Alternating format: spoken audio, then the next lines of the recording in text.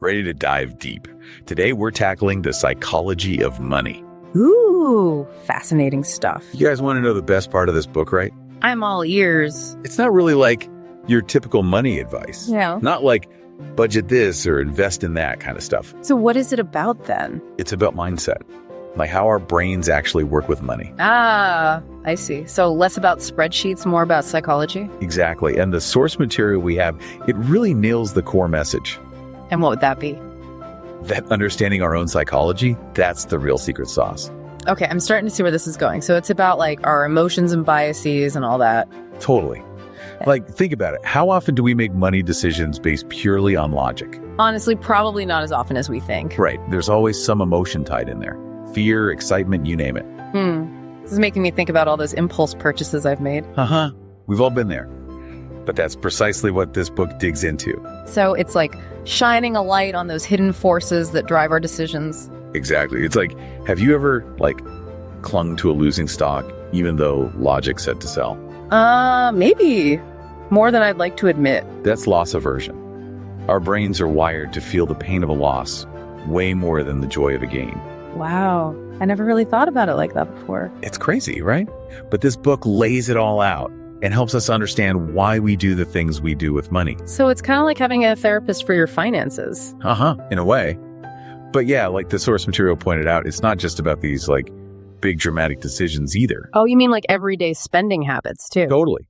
Even something as simple as deciding where to eat lunch. I guess even that can be influenced by emotions or past experiences. Right. Maybe you had a bad experience at a certain restaurant once, so now you avoid it even if it has the best food. Makes sense. So it's about recognizing those patterns and being more aware of how our past is impacting our present. Exactly. And that's where the whole personalization aspect comes in, which the source really emphasized. Personalization. Tell me more about that. Well, the book argues there's no one-size-fits-all answer when it comes to money. I've never thought about it that way, but it makes sense. Yeah.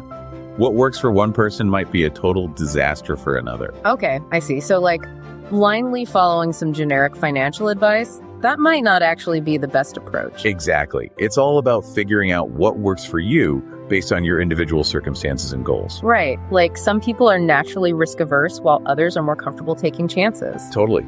And the book really digs into that too, how our personalities influence our risk tolerance and all that. So it's not just about understanding our emotions, but also our personality traits and how they affect our financial decisions. Bingo. And once we have that self-awareness, that's when we can start making truly smart choices with our money. Choices that align with our values and goals rather than just following the crowd or whatever. Exactly. So it's less about chasing some magic formula for riches and more about crafting a financial plan that feels authentic to you. Wow. I have to admit, I was a bit skeptical at first, but this is actually pretty eye-opening. Right. It's like a whole new way of looking at money. It is. And it really makes you think, doesn't it? How many of our money decisions are truly our own? That's the million-dollar question right there. And I think that's a great takeaway for our listeners today. Definitely. So to sum it up, the best lesson from the psychology of money, it's not about specific tactics or strategies. Nope. It's about getting to know yourself better.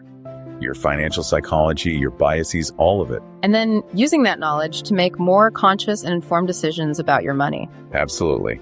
So next time you're about to make a money move, big or small, take a moment and ask yourself, what's really driving this decision? Is it logic, emotion, past experience? Once you understand those underlying factors, you'll be well on your way to making smarter choices. Couldn't have said it better myself. Thanks for diving deep with us today, everyone. It's been a pleasure. And remember, understanding your psychology, that's the real key to financial success. Absolutely. It's not just about the numbers, it's about the mindset.